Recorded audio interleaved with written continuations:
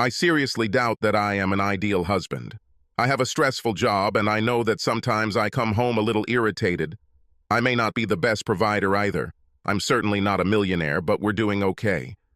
We have a nice house, 2 luxury cars, my wife has a closet full of beautiful clothes, and our 8-year-old daughter, Jennifer, has a lot of expensive toys. I think when it comes down to it, I'm just a simple, hard-working guy who loves his wife and family. Linda and I have been married for almost 12 years, and have been heaven on earth for most of those years. I say most of the time because over the last couple of months, something has clearly been off between Linda and me. It's hard to say for sure, but she behaved strangely, somehow distantly. On several occasions, for no apparent reason, she found cause for reproach for something I did or said. It's not her style at all. I tried to discuss this. I asked if she was angry with me for some unknown reason, but like all women, she simply said that nothing happened except that she was a little tired, or she had a bad day. At first, I thought of giving her some time to figure out what was bothering her, but over time, this distant attitude became old and annoying as hell. Her attitude aside, as any married couple probably knows, you can't have a problematic relationship with your spouse without affecting the bedroom. I have always tried to keep our love life spontaneous and exciting. I've always been a romantic at heart, so sometimes I'd start foreplay by bringing home a dozen roses after work. In the past, such gestures never failed to make love later that night. But lately my love affairs have been met with nothing more than a thank you and a kiss on the cheek. Instead of taking my attention for what they were, it was almost as if she saw them as some pathetic attempt to make amends for something I had done wrong. It had been a few weeks since Linda had started blocking sex, and my attempts were met with either her not being in the mood or having a constant headache. On those rare occasions when she gave in to my persuasion, she lay there while I did all the work. Over time, I realized that I began to remove myself from the situation. I would come home, play with my daughter, and try to pay as little attention to my wife as possible. Of course, this only made the situation worse. Whenever I had a minute at work, I started going over everything in my head. I tried to remember when and how it all started. I tried to remember if I had done anything that might have provoked a change in Linda's attitude, but nothing came to mind. I ran through dozens of different scenarios in my head, trying to come up with some kind of cause and effect analysis. The more I thought, the more often one incredible reason for Linda's behavior appeared in my thoughts. I wondered if this was possible. Could my wife be cheating on me? I told myself that no, she would never do such a thing. But every time I tried to put 2 and 2 together, it turned out to be 3. Me, Linda, and a lover. I tried to tell myself that it was simply impossible, but you know what they say about curiosity. I started reading about what signs to look for, differences in behavioral patterns, clothing, schedules, that kind of thing. Truth be told, I didn't really notice Linda wearing any revealing clothes or dressing sexier, but then I only saw her when I came home after work. Who knows how she dressed during the day? I also had no idea what kind of schedule she had. She was always running somewhere. Why? Again, who knows? When it came to changing her relationship, however, some of the symptoms sounded awfully familiar. I thought about hiring a private investigator, but I had no real evidence. All I had were suspicions and definitely nothing that would justify the cost of surveillance, so I began investigating on my own. I did little things like calling home in the middle of the day. Sometimes she was at home, sometimes she wasn't. I then took out an old outdoor security camera and discreetly installed it under the eaves of the garage. I connected it to a recording device that I hid on the back shelf behind the paint cans. I wanted to see if any strange cars were coming to the house, but after 2 weeks of observation, there were none. I saw my wife leave the house several times, then tell me that she had been at home all day, but she wasn't gone long enough for anything to happen. Well, unless her lover was a one-minute wonder. Perhaps it was just a minor errand that she considered too unimportant to mention. This was definitely not evidence of an illicit affair. Time passed, and although I still had absolutely no evidence of any pranks, my suspicions deepened. Her mood was getting worse, and we hadn't made love for a couple of weeks. I started to get angry. Our 12th anniversary was approaching, and I saw this as an opportunity. I wanted to go out and have fun. It had been a long time since Linda and I had gone out for an evening of dinner and dancing. Maybe, just maybe, this will bring the spark back into our marriage. I was definitely willing to give it a try. We agreed that Jennifer would spend the night at my parents' house so we could really enjoy ourselves without any time restrictions. I made a reservation at Plato's Place, one of Linda's favorite restaurants. She took my arm as the head waiter showed us to our table, and I was hoping that some of that old magic would return, but for some reason, she seemed a little tense. We ordered a bottle of wine for dinner, and I saw Linda begin to relax. She began to behave as before. Our conversation was light and playful. After dinner, I saw that my beautiful wife was getting impatient to go dancing. I wanted to go to a new dance club that opened a couple of months ago, but Linda talked me into going to the same place we always went to. It was a nice place with intimate lighting and a nice, cozy dance floor.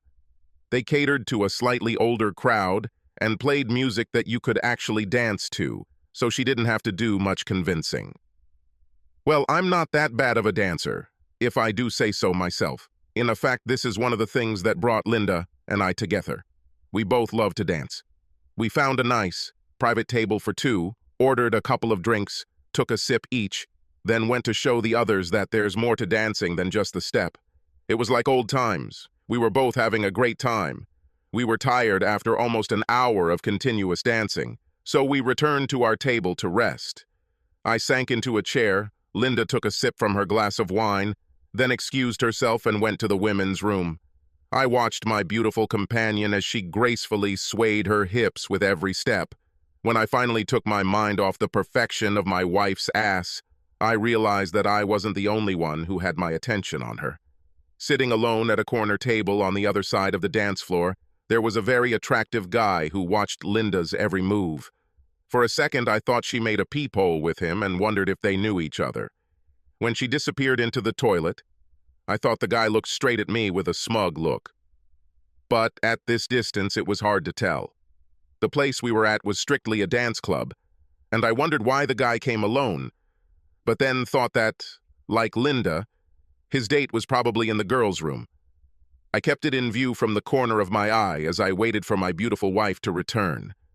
Again, as she passed him on the way back, I was sure I saw them both smile and glance at each other.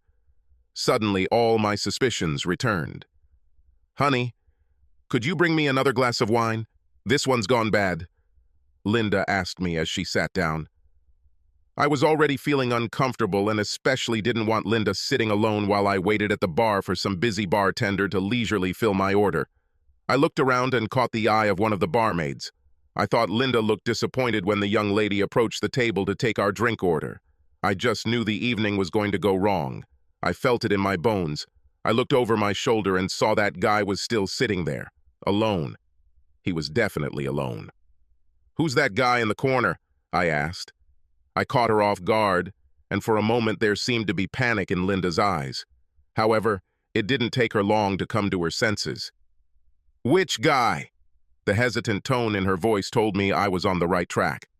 "That guy over there, the one you made eyes at on the way to the toilet," I insisted. "Darling, I don't know what you're talking about," she countered innocently. "I didn't make eye contact with anyone." As soon as our drinks arrived, I saw Linda's eyes quickly dart over my shoulder. I looked back and saw Mr. Loner approaching our table. He didn't even glance in my direction. He walked around where I was sitting and looked straight at Linda. "May I have this dance, please?" he asked her. I immediately perked up. "No, thank you," I snapped. This caused a reaction. "I spoke to the lady?" He grinned dismissively. "Yes, well, the lady is my wife, and I say who she can and cannot dance with." Then Linda intervened. "Harry," she said, "you're a brute. Rude. Do you know this guy?" I could see how the question took her by surprise. "He's the one I was talking about. I don't know what your relationship is, but he just walked up and asked my wife to dance without even bothering to look my way. It's not only rude, it's extremely disrespectful." "Hey, Mac." Mr. Loner started to put in his 2 cents, but I cut him off. "Don't interfere. I'm talking to my wife, and I definitely don't need your comment." I turned back to Linda and continued. If he had asked if I minded you and him dancing together, I might have agreed, but now, not for anything in the world. Harry, she said now with rage in her voice, you are being foolish. There is nothing between this gentleman and me, and yes, you and I are married, but you don't own me. I am not your slave, and if I want to dance with someone, I will. I couldn't believe my wife was talking to me like that. She never disrespected me like that. I was seething with anger, and any hopes of having a nice romantic evening with my wife were gone. However, I tried to control my anger. As I tried to calm down, she continued. Honey, I just want to have fun, she said much softer now. Linda, it's our anniversary. I want to have fun too. But with you, and sitting here watching you dance with someone else is not my plan for fun, especially when I asked you not to dance with him. You're right. I don't own you, and I can't stop you from dancing with him, but if you do, you better find someone to take you home, because I won't be here. After 12 years together, I could read Linda like an open book. When she looked at my face, her expression was full of anger. I was surprised that she couldn't see the same thing in me. Well, it's rude to make this gentleman stand here while we argue, so I'm going to dance with him and we'll talk about it when I get back, she said sharply. The idiot had a smug grin on his face as he held out his hand for her to take. Linda put her hand in his as she stood up and they hit the dance floor together. I'm sure they didn't even see me leave because I was out the door before they even started dancing. I was already 8 blocks away when my cell phone rang. Where the hell are you? Linda asked in a very humble voice. I'm on my way home to pack my things. Why do you ask? There was a pause. What are you talking about? Packing your things? Where are you going? I don't know yet. All I know is that I'm leaving you, I said. I've had enough. You can't be serious, Harry. It was just a dance. One pathetic dance. Are you going to throw away 12 years of marriage over a dance? It's not about the dance, Linda. Why would you stay married to a man you don't love or respect? I'll be honest. I didn't catch you, but I'm pretty sure you're cheating on me. I'm suspicious of this asshole. Who were you just dancing with? I saw the way you looked at each other when you went to the toilet. When he came to our table, he treated me with the same respect that a guy shows to the husband of the woman he's having fun with. None. Harry, she said in a softer voice, I really love you and respect you. I told you there's nothing between that guy and me. I would never cheat on you. Why would you even think that? You have to be kidding. We haven't made love in over 2 weeks. When we do, you don't even participate. You just lie there. You've been irritable for the last 2 months. And don't tell me you respect me because that's not true. You proved it tonight. If you're not having an affair, you're damn good at faking it.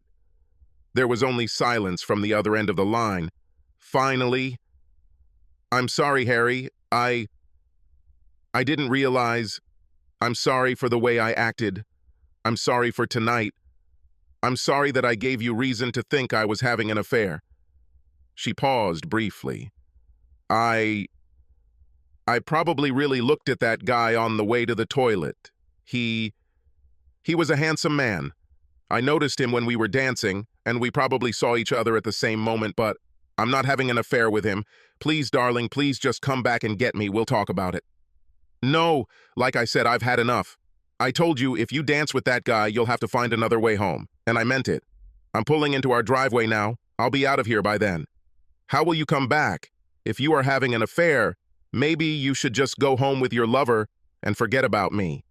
Honey, please believe me. I'm not having an affair. Please watch. I'll take a taxi, but please just stay there until I get back. Now I recognize the desperation in her voice, quite different from earlier. We need to talk about this. Please, I'll be home soon, she pleaded before hanging up. I pulled into our driveway, went upstairs, and packed my bag. I left the house in 12 minutes. I wondered if she was really going to take a taxi home or if the jerk guy would drive her, so I drove down the street, turned off my headlights, and waited to see. About 15 minutes later, a yellow taxi pulled up to the house.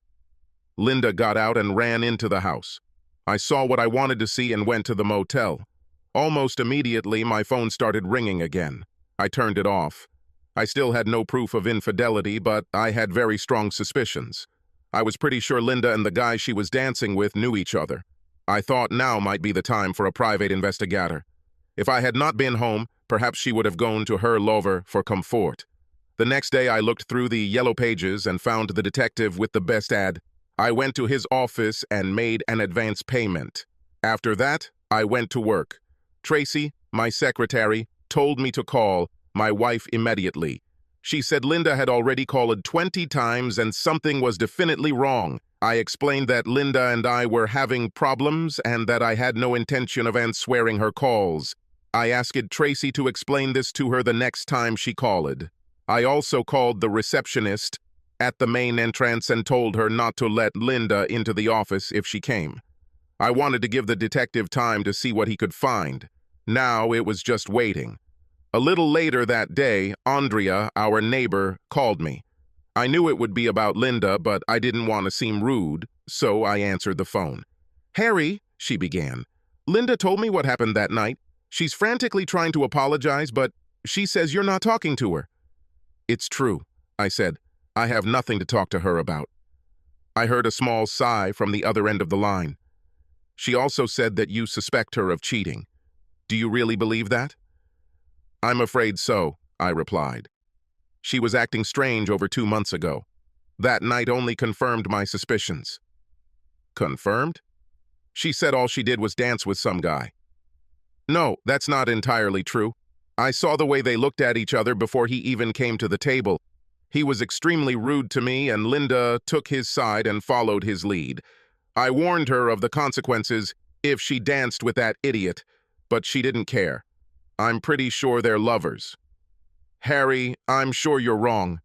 I've lived next door to you for years. I believe I would have noticed if Linda was cheating on you, and I've never seen any evidence of it. I've never seen any strange cars in your place. I've never didn't see any strange men. Please, she knows it was wrong to dance with that guy. She said she was angry because you said she couldn't dance with him, but she thought about what you said, and she realized that you were right. Believe me, Harry, I know Linda, and she is not cheating on you. She loves you. You know that as well as I do."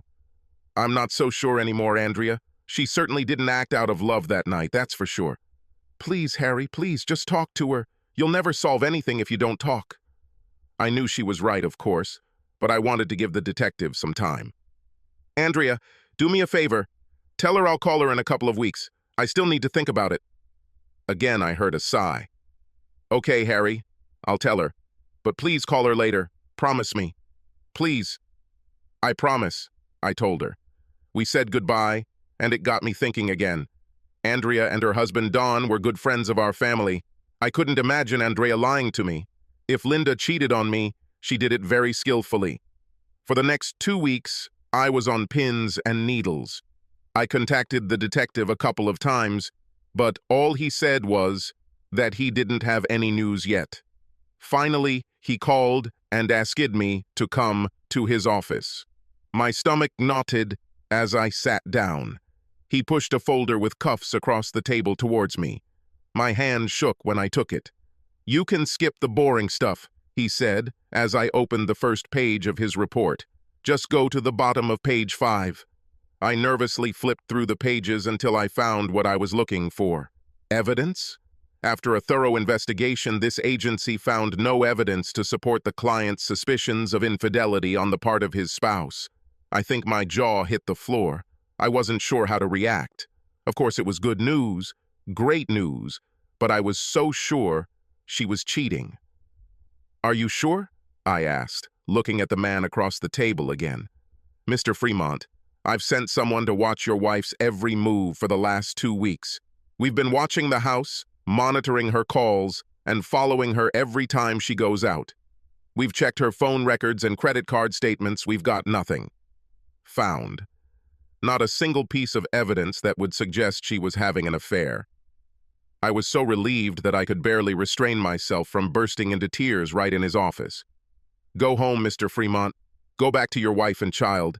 In my profession, I don't often see happy endings." I thanked him and returned to my motel room. I still needed a little time to sort everything out. I spent the weekend going over everything in my head. Monday morning, I called Linda. Her voice was weak and shaky when she answered. "Hello? It's me," I said. "Are you okay? You don't sound good." There was a short pause. "Harry, oh Harry, I'm so sorry, so sorry. I just don't know what to do if you don't come back to us. I tried to stay strong for Jennifer, but all I did was cry. I'm so sorry. I think I just started taking you for granted. You were absolutely right. I should have told that guy I was with my husband and told him to go to hell." I heard her start crying again. "I showed you no respect, and I don't know why, because I really respect you. I love you, and I respect you very much. I swear, Harry, if you give me another chance, I will never make that mistake again. Never." Linda's request actually surprised me. Her attitude was much different than at the dance club. When I didn't answer right away, she jumped to the wrong conclusion. "You're not coming back, are you?" "Yes, I'll be back," I said, then quickly added, "but only for a trial period. I want my wife Linda back. And I don't mean the woman I've been living with for the last 2 months. I mean the woman. The woman I fell in love with. The woman I married. She's here, Harry. Honestly, she's here, waiting for the man she loves," she replied, sounding very sincere. "We'll see. After everything I've been through, bad relationships, lack of passion in the bedroom, disrespect, I'm still not convinced, Linda. Not yet. I need to stop by the motel after work and pick up my things, but I'll be home this evening," I told her. There was a pause on her part before she spoke. "I love you, Harry. I'm so sorry for treating you the way I did. I don't want to lose you." I can't say that I have no doubts. I was still angry, and despite all the evidence to the contrary, I just couldn't shake the feeling that Linda knew that guy in the dance hall. After work, I picked up my things and went home. Jennifer came running and almost knocked me down at the door. She asked where I had been. I explained that I had been on a business trip for some time. Obviously, she knew nothing about our problems. Linda was there too. She hugged me and covered me with kisses. I responded to her kisses passionately. After all, I couldn't deny that I loved my wife. That was 2 years ago, and married life was wonderful again. Linda became the woman I married again, both inside and outside the bedroom. A couple of months ago, she surprised me for my birthday. In the past, we had always celebrated Linda's birthday as a special day, but we only started celebrating mine after I returned home. Yesterday was our 14th wedding anniversary. This time, Linda planned the entire evening. When I got home from work, she surprised me with tickets to a restaurant theater to see Man of La Mancha, one of my favorite plays. After that, we went to the embankment and walked along the beach. The moon was shining and warm breezes were blowing from the lake. "Thank you for a wonderful anniversary," I said, hugging her and holding her close. What is this?" she asked flirtatiously, feeling the tension in my pants.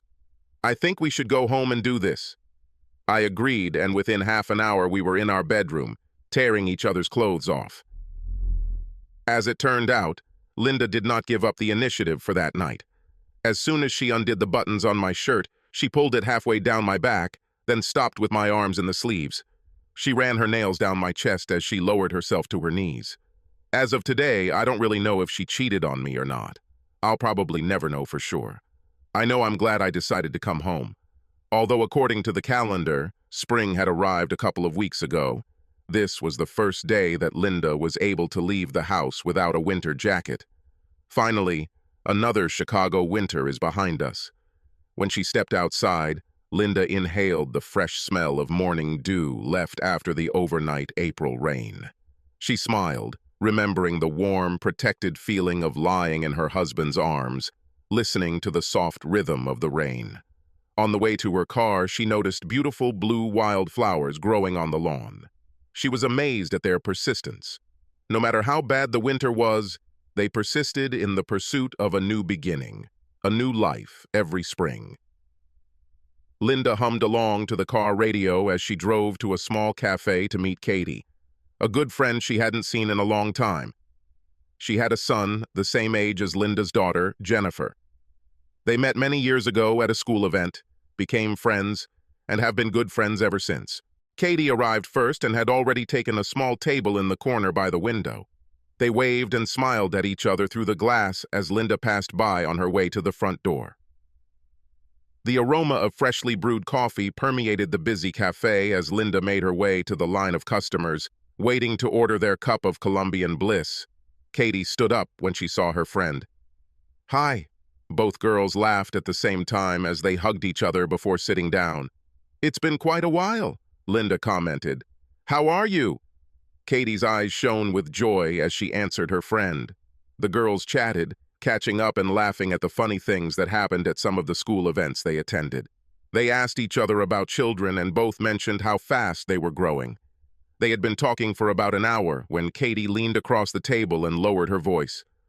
"Linda," Kathy said almost in a whisper, "can you keep a secret?" "Yes, of course," Linda replied, gesturing to lock her lips with a key. "What's happened?" "I shouldn't even tell you this, but I need to get it out or I'm going to explode. Well, kind of dating this guy." Linda's head rose sharply from a sip of coffee to look her friend in the eyes. "What do you mean, like dating this guy? Are you having an affair?" Katie pursed her lips, half smiling. Well, we haven't done anything yet, but I'm thinking about it. I know it's bad, but I feel so alive when I'm with him. His name is Cody. Isn't that a great name? I know I shouldn't, but I really like this guy, and I'm afraid he'll lose interest in me if I don't sleep with him." "So, let me ask you this," Linda said. "Are you ready to lose your husband because of him?" "Oh no, of course not. I'm not talking about marrying him, just, having a little affair. The spice of life, as they call it," she said with a smile. "I would make sure Bruce would never find out. He would feel really bad if he found out I was sleeping with someone else." She began to take a sip from her cup. "Besides, Cody is married too. We'll both have to be very careful." For the past 2 years, Linda had been living with a secret that she had never told anyone about and was going to keep it a secret. She looked at her friend and decided to take a chance. "Katie, remember a couple of years ago when Harry and I were having problems? He even left me for a while. Remember?" "Yes, I remember, but I never knew what it was. You never talked about it, and I didn't want to mind my own business. I haven't told anyone, and you must promise never to say a word about what I'm about to say to another living soul." She waited for a clear signal from her friend before continuing. It took a second, but Katie realized what she was waiting for. "Oh, yes, of course, Linda, I promise. If this ever comes out, I'm sure it will ruin my marriage. That's why I haven't told anyone, but, well, you need to hear this, Katie, before you ruin your own marriage." At that moment, the waitress came up with coffee. Linda waited until she had finished pouring them fresh coffee before she began. "I'm probably no different from most other married women. After 12 years of marriage, I felt, bored. Everything had become so routine. It was strange. After all these years, I looked around and thought, where am I going? Nowhere. I'm stuck here. I have no real life for myself." "Exactly," Katie interjected. I know how you feel, Kat. I'm sure most women feel the same way. It doesn't mean you don't love your husband. I love Harry with all my heart, but, well, it suddenly seemed that it wasn't enough, like something was missing. I think I even started to slip into a little depression. Nothing seems fun anymore, not even sex. It really wasn't anyone's fault. Hell, Harry was going out of his way for me, especially in the bedroom. I should have been the happiest person in the world, but nothing helped. Even school activities were a heavy burden. Linda took a sip of her coffee and looked at Katie to make sure her story was getting through to her. She saw that she had her attention, so she continued. "Then I met Terry. Did you have an affair?" Linda confirmed this with a slight nod of her head. "Emotional affair, yes. I came to my senses before it became physical." "Thank God," she said, relieved. "One day I was in that little grocery store on Marshall Avenue and I saw him. God, Kathy, he was amazing. He had these rugged, handsome features with sandy hair and sparkling blue eyes like Robert Redford. He was tall, I guess. Over 6 feet, and even with his clothes on, it was clear that he had a good physique. I knew I was staring, but I couldn't look away, until he looked at me and smiled. We started flirting with each other. This was exciting and seemed so daring. Eventually, I came to my senses. I needed to continue shopping, so I went to the produce section. As I was reaching for the tomatoes, I ran into him. He looked at me with his big blue eyes and that amazing smile and said, "Hi." I knew I was blushing again. He extended his hand for a handshake and introduced himself. He immediately noticed my wedding rings, but that didn't seem to bother him. It was flattering to think that a guy like that could be interested in me. We chatted and joked in the hallways until we both bought what we needed. Then, when we got to the checkout, he gave me his number and said I should call him next week for lunch. Katie now listened carefully to her friend's story. It was so similar to her own situation. I almost threw his business card away when I left the store. I thought, yeah, sure, I'll call you, and we'll have this incredibly hot affair, and then my husband will kill us both. But I didn't throw it away. Didn't throw away what? Asked an intrigued friend. I didn't throw away his card. I stuck it in my purse. Hell, all the way home I was thinking about Terry. Harry came home while I was putting away groceries. I already felt guilty for snapping at him when he tried to help. I think it was some kind of subconscious defense mechanism. Poor Harry just asked if there was something wrong. Oh God, what did you say? I lied, of course. I told him I was just tired from shopping. The truth is, I was secretly over the moon. Anyway, Linda continued, I knew I shouldn't call him. It was wrong. But I also knew that because of the way I was feeling, I was very vulnerable. I kept telling myself, no, no, no. But I just couldn't help myself. I found one of the last machines in the city and dialed the number on the card he gave me. We agreed to meet for lunch the next day. Eagerly, Katie waited for her friend to take another sip of coffee before continuing. Kat, on the way to the restaurant, my emotions were on a swing. I was terrified and delighted at the same time, not to mention the fact that I was extremely excited. At one point, while we were talking, Terry reached out his hand through the table and took my hand. It was almost like going on a first date as a child. I'll tell you, I wanted to be in bed with this guy so bad, but my conscience, or maybe it was just fear, in any way, I just couldn't do it. But that didn't stop Terry. He has already begun his seduction. He started talking about how Harry didn't appreciate how wonderful his wife was. Stupid me, I ate it all. I started to get angry at my own husband. Terry soon convinced me that Harry was taking me for granted. God, Linda, that sounds like something I'm going through right now, Katie said. That's why I'm telling you all this, Katie. I want you to understand what you're getting yourself into. This guy you're dating, has he started talking about Bruce yet? No, absolutely not. Katie stopped and thought about her answer. Well, I mean, not really. He asked questions, like, does your husband know how lucky he is? And so on. Yeah, and of course you're starting to wonder the same thing, right?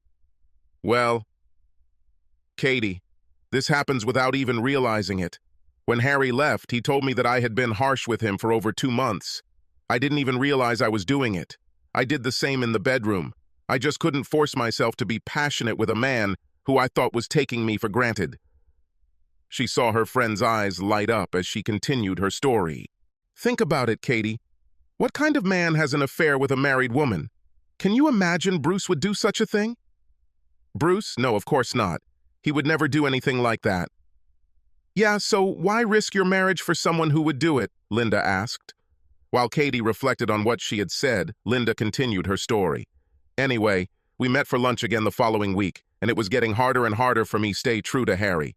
The third time we met for lunch, he almost convinced me to go to his apartment. I could see he was starting to get angry at all my excuses, and I knew that if we met for lunch again, we'd end up in bed together. As we were leaving the restaurant after this third date, I mentioned that I needed to buy a new dress because Harry was going to take me to our anniversary. I told him that we would probably go to the same club we usually go to. Harry talked a lot about all the fun we had there and how we danced all night. Terry jumped on it immediately. He said he would be there to dance with me. I told him that it would be better if he didn't do this because it was our anniversary, and my husband might get angry if I danced with someone else.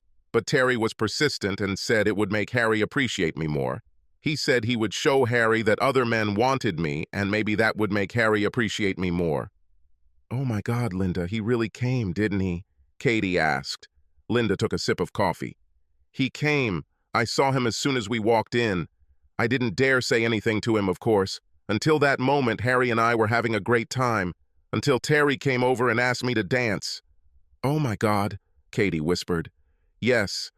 And to make matters worse, he completely ignored Harry. In fact, he was extremely rude to me. Harry naturally was furious and gave me an ultimatum, saying that I could not dance with him. Well, you know how I might be stupid. I got angry and said I would dance with him anyway. Harry said he wouldn't be there when we got back from the dance floor, but people always say that. Who believes that?" Tears began to form in Linda's eyes as she continued. "When we started dancing, I told Terry that he shouldn't have done that in front of Harry. I asked him why he was so rude. He said he wanted to put Harry in his place. That made me angry. Of course, Terry held me very close on the dance floor, but by then I was more worried that Harry was watching us and would be even more furious. In fact, I was so nervous that I didn't even notice when the first dance ended and we started the second. When the dance was over, I told Terry that I didn't want to dance anymore. I said I was going to spend the rest of the evening with my husband. I headed back to the table and saw Terry following me. I asked what the hell he was doing. He said he wanted to apologize to Harry. When we returned to the table, Harry was not there. Terry sat in his place and said that he would wait for his return. I don't really think he meant to apologize. I think he wanted to piss Harry off even more. "Why?" Katie asked. "Why did he want to do this?" I think he was counting, since he had so far had no success in getting me into bed, that he would create problems between Harry and me. I'm sure he was hoping that I would come running to him to cry about him. Shoulder. I imagine he thought he would comfort me in bed for the rest of the night. I thought Harry was in the men's room. I told Terry to go back to his seat, but he continued to hesitate. When the waitress came over, he ordered our drinks. That's when she asked if we wanted to start a new account. I asked what was wrong with the first bill. She said Harry paid for it before he left. Katie, I swear I saw my whole life before my eyes, at least my married life. I couldn't believe he just left me there.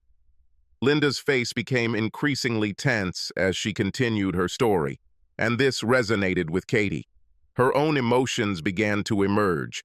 One tear escaped Katie's eye and rolled down her cheek. "You shouldn't have told me all this, Linda. Look at you. You're crying. Let's stop here." No, I want to tell you the whole story, Katie. You need to know the whole story. It's important. So that's where I left off. Oh yeah, I know. I immediately took out my phone and called Harry. I asked him to come back and pick me up. Then he told me he thought I was having an affair, and he even suggested it was with Terry. He said he was going to pack up and leave and didn't know if he would come back. Linda took a napkin. "God, Katie, it hit me like a bolt from the blue," she said, wiping the moisture from her eyes.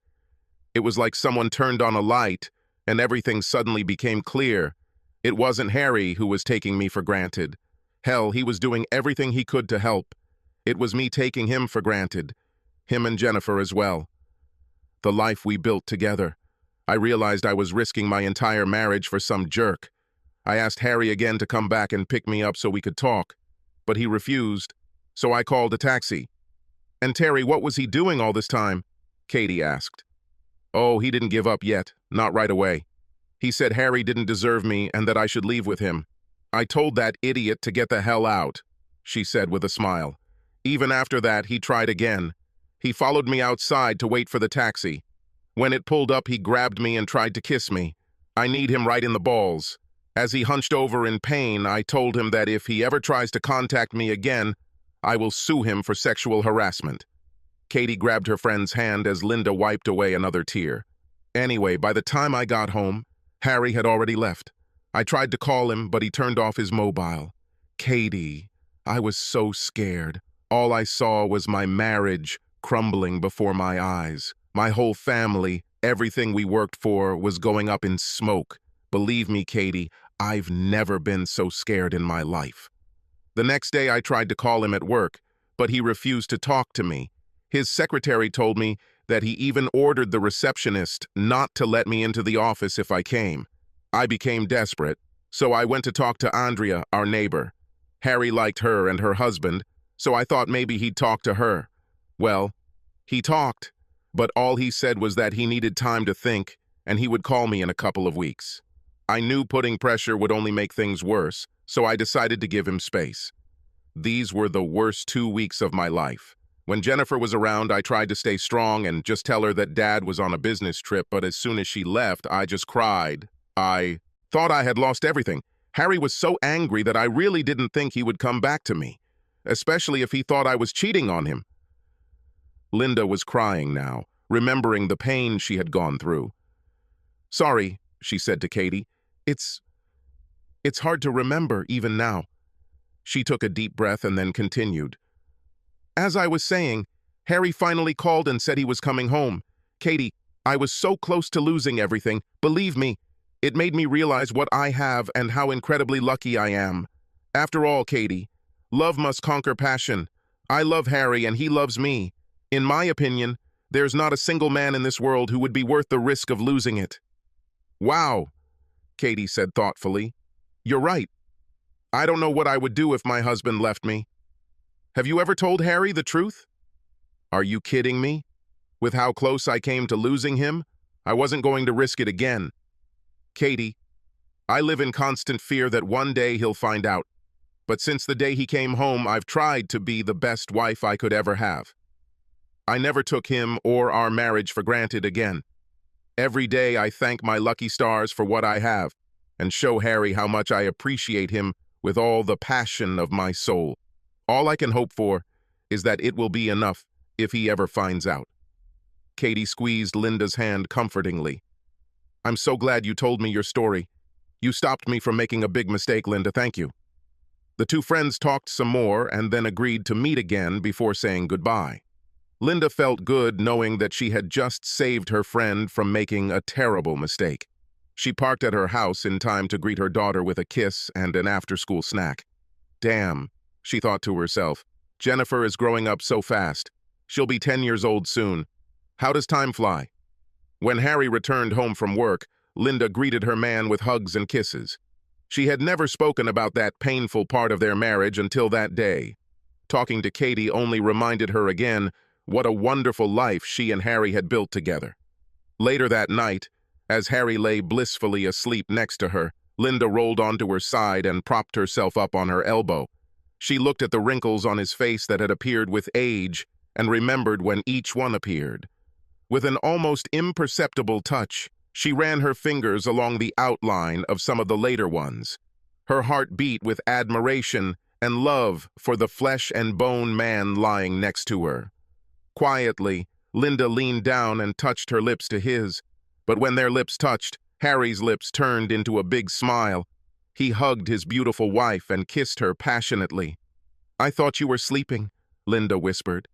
"Actually, I was laying around thinking about what to get Jennifer for her birthday," he replied. "You know what she really needs?" "What?" "A younger brother or sister." This was not a complete surprise. They discussed the possibility of having another child, but never came to a final decision. Linda smiled. It looks like her husband has just resolved the issue. "Well, considering Jennifer's birthday is only 2 months away, honey, isn't it about time we get started?" Harry's smile widened. "You are reading my mind." 2 months later, Jennifer celebrated her 10th birthday with a big party in her backyard. Mom and Dad invited all her friends, and there was enough ice cream and cake for everyone. After the party, Linda and Harry gave their daughter another surprise, giving her another expensive toy, and news about the imminent arrival of a little